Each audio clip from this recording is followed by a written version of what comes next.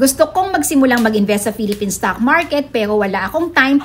Paano po ninyo ako matutulungan? Concern po yan ng isa sa ating mga followers. Sa isang investment, bago natin simulan, kailangan alam natin ang ginagawa natin. Kasi syempre, kung mag-i-invest ka, wala kang alam, hindi mo alam kung ano yung gagawin mo, clueless ka. So, ang kailangan mo pong gawin is kahit bigyan mo lang muna ng time itong aking i-offer sa'yo na libreng online webinar. Magandang panimula ito ngayong 2025 para maging good vibes or masimulan mo ang taon na to na nagsisave and invest ka. Kaya lang, kailangan talaga kahit bigyan mo man lang ng time na umattend ng webinar ko kasi sa webinar na yon ituturo ko yung strategy na simple lang at para sa mga busy na tao. Meron po yan kasi ang stock market naman, hindi mo naman kailangan i-focus every day yan or every hour.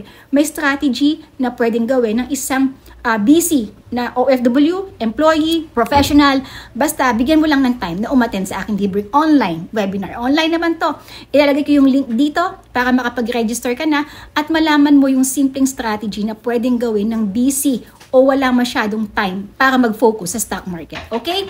I-follow mo lang ako. Salamat, this is Cynthia Fuller. Ilalagay ko yung registration link sa comment section.